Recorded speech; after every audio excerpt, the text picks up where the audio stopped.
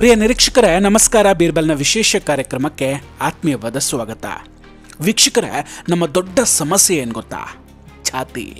ಹಿಂದೂಗಳನ್ನು ಒಡೆದು ಚೂರು ಚೂರು ಮಾಡಿ ಬೆಂಕಿ ಕೊಡೋದಕ್ಕೆ ಇದೊಂದು ಸಾಕು ನೋಡಿ.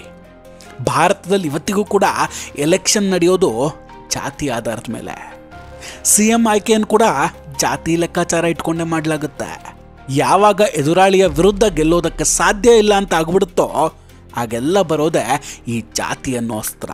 ಹಾಗೆ ಉತ್ತರ ಪ್ರದೇಶದಲ್ಲಿ ಕಳೆದ 2 ಬಾರಿ ಅಧಿಕಾರ ಕಳೆದುಕೊಂಡಿರುವಂತಹ ರಾಜಕೀಯ ಕೂಟಗಳು ಮತ್ತೆ ಸಿಂಹಾಸನ ಏರೋದಕ್ಕೆ ಆಲ್ರೆಡಿ ತಾಲೀಮನ್ನು ಶುರು ಮಾಡಿಕೊಂಡಿದೆ. ಯೋಗಿಜಿಯನ್ನ ಬೇರೆ ಯಾವುದರಿಂದಲೂ ಕೂಡ ಕಟ್ ಹಾಕೋದಕ್ಕೆ ಸಾಧ್ಯ ಇಲ್ಲ ಅಂತ ಗೊತ್ತಾಗಿ ಈಗ ಜಾತಿಯ ದಾಳವನ್ನು ಉರುಳಿಸ್ತಾ ಇದ್ದಾರೆ. ಉತ್ತರ ಪ್ರದೇಶದಲ್ಲಿ OBC ಹಿಂದುಳಿದ ಸಮಾಜದ ಸಂಖ್ಯೆ 51% ಇದೆ.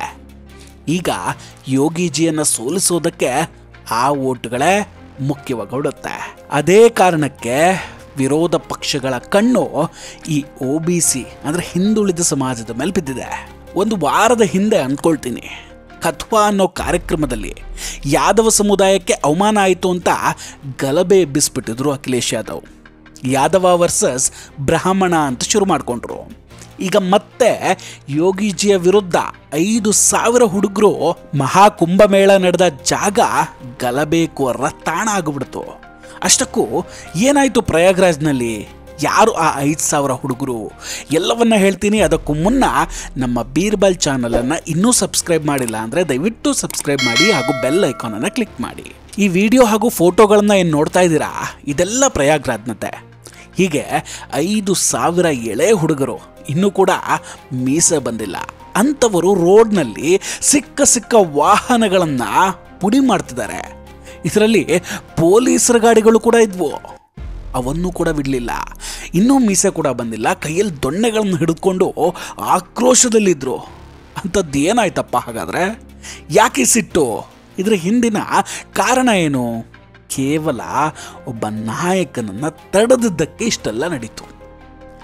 ಎಸ್, ಈ 5,000 ಪುಡಿ ರೌಡಿಗಳು ಬೀದಿಗೆ ಬಂದು ದಾಂಧಲೆ ಮಾಡಿದ್ದಕ್ಕೆ ಕಾರಣ ಒಬ್ಬ ನಾಯಕ. ಆ ಒಬ್ಬನನ್ನು ಪೊಲೀಸರು ತಡೆದಿದ್ದೇ ಇದಕ್ಕೆಲ್ಲ ಕಾರಣ. ಆ ಒಬ್ಬನಿಗೋಸ್ಕರವೇ ಪೊಲೀಸರ ವಾಹನವನ್ನು ಕೂಡ ಮಗುಚ್ ಹಾಕಿದ್ರು. ಇಷ್ಟೆಲ್ಲ ಮಾಡಿ ರೋಡಲ್ಲಿ ದೊಣ್ಣೆ ಹಿಡಿದುಕೊಂಡು ಓಡಾಡ್ತಾ ಇದ್ರು. ಸೀರಿಯಸ್ಲಿ, ಒಬ್ಬ ನಾಯಕನನ್ನ ಮುಂದೆ ಹೋಗೋದಕ್ಕೆ ತಡೆದ್ರು ಅನ್ನೋ ಕಾರಣಕ್ಕೆ ಇಷ್ಟೆಲ್ಲ ಮಾಡಿಬಿಟ್ರಾ? ಇದ್ರ ಬಗ್ಗೆ ಡೀಟೇಲ್ ಆಗಿ ಮಾತಾಡೋಣ. ಮೊದಲು ಇಡೀ ವಿಷಯ ಗೊತ್ತಾಗಬೇಕು ಅಂದರೆ ಆ ನಾಯಕ ಯಾರು, ಆತ ಹೊರಟಿದ್ದೆಲ್ಲಿಗೆ, ಇದೆಲ್ಲ ಕೂಡ ತಿಳಿಬೇಕಲ್ವೇ? ಈ ಪ್ರಭಾವಿ ನಾಯಕನ ಹೆಸರು ಚಂದ್ರಶೇಖರ್ ಆಜಾದ್ ರಾವಣ್ ಅಂತ. ಇವರು ನಗೀನಾದ ಸಂಸದರು, ಆಜಾದ್ ಸಮಾಜ್ ಪಾರ್ಟಿಯ ರಾಜ್ಯಾಧ್ಯಕ್ಷರು ಕೂಡ ಹೌದು. ಈ ವ್ಯಕ್ತಿಗೆ ಸಮಸ್ಯೆ ಏನಂತೆ ಒಮ್ಮೆ ಕೇಳಿಸ್ಕೊಳ್ಳಿ.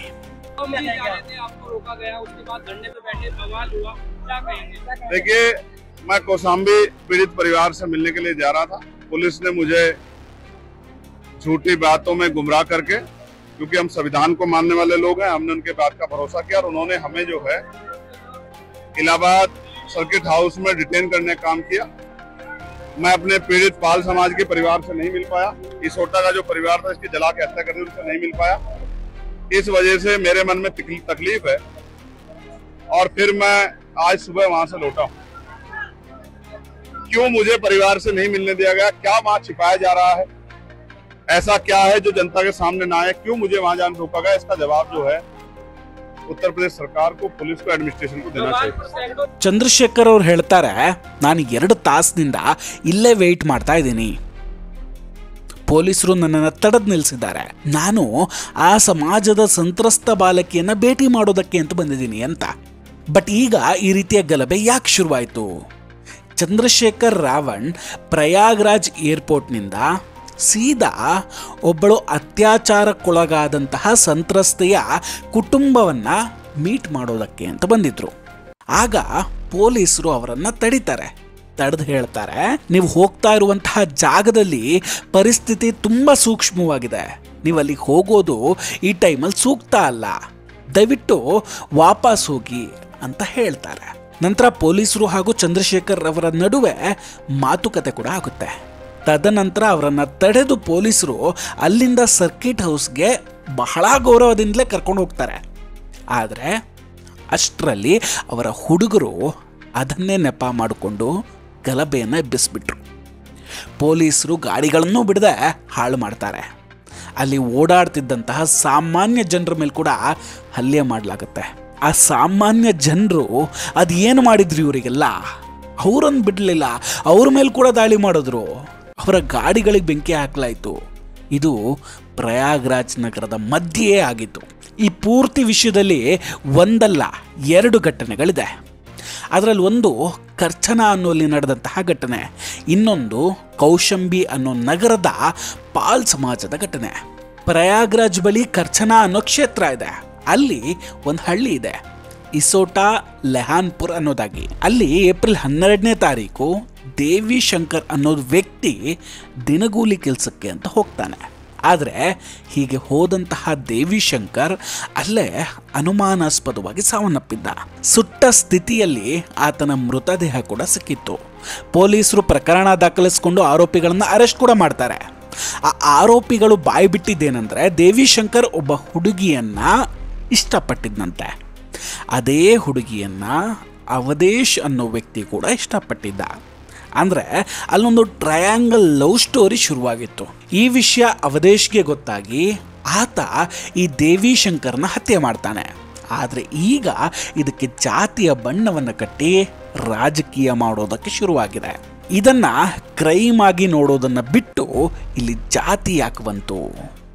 ಪೊಲೀಸರು ಆರೋಪಿಯನ್ನು ಅರೆಸ್ಟ್ ಮಾಡಿದ್ದಾರೆ. ಇದರ ಹಿಂದೆ ಟ್ರಯಾಂಗಲ್ ಲವ್ ಸ್ಟೋರಿ ಇರೋದು ಕೂಡ ಬಯಲಾಗಿದೆ. ಆದರೆ ಈ ಕೇಸ್ಗೆ ನಂತರ ಜಾತಿಯ ಬಣ್ಣವನ್ನು ಬಳಿಯಲಾಗುತ್ತೆ.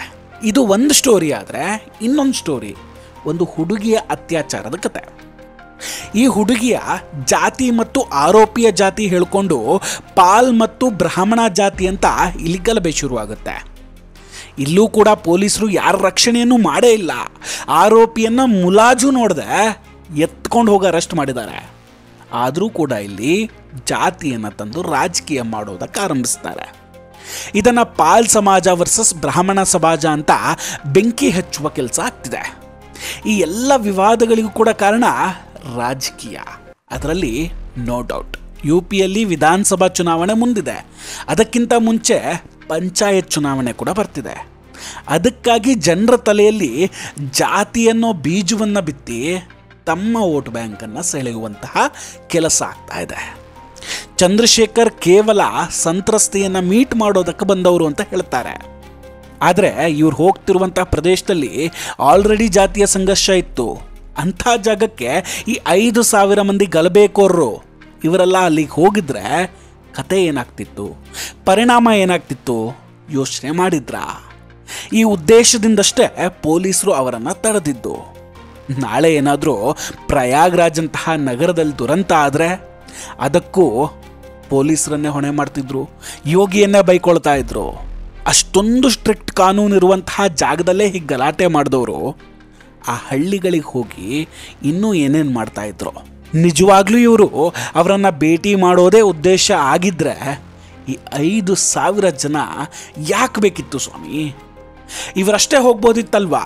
ಒಬ್ಬ ನಾಯಕನನ್ನು ಸರ್ಕಿಟ್ ಹೌಸ್ಗೆ ಗೌರವದಿಂದ ಕರೆದುಕೊಂಡು ಹೋಗಿದ್ದಕ್ಕೆ ಗಲಭೆನ. ಜನ ಇಂಥ ಘಟನೆಗಳ ಹಿಂದಿರುವಂತಹ ರಾಜಕೀಯ ಷಡ್ಯಂತ್ರಗಳನ್ನು ಅರ್ಥ ಮಾಡಿಕೊಳ್ಬೇಕು.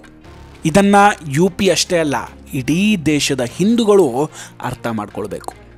ವೀಕ್ಷಕರೇ, ನಾವು ಹೇಳಿದ್ದು ನಿಮಗೂ ಸರಿ ಅನಿಸಿದರೆ ದಯವಿಟ್ಟು ಕಮೆಂಟ್ ಮಾಡಿ ತಿಳಿಸಿ. ವಿಡಿಯೋ ಇಷ್ಟ ಆಗಿದ್ದರೆ ಲೈಕ್ ಮಾಡಿ ಹಾಗೂ ಶೇರ್ ಮಾಡಿ. ಇನ್ನೂ ಕೂಡ ನಮ್ಮ ಬೀರ್ಬಲ್ ಚಾನಲನ್ನು ಸಬ್ಸ್ಕ್ರೈಬ್ ಮಾಡಿಲ್ಲ ಅಂದರೆ ದಯವಿಟ್ಟು ಸಬ್ಸ್ಕ್ರೈಬ್ ಮಾಡಿ ಹಾಗೂ ಬೆಲ್ ಐಕಾನನ್ನು ಕ್ಲಿಕ್ ಮಾಡಿ. ನಮಸ್ಕಾರ, ಟೇಕ್ ಕೇರ್ ಆ್ಯಂಡ್ ಬಾಯ್ ಬಾಯ್. ಮತ್ತೆ ಭೇಟಿಯಾಗೋಣ. ಜೈ ಹಿಂದ್.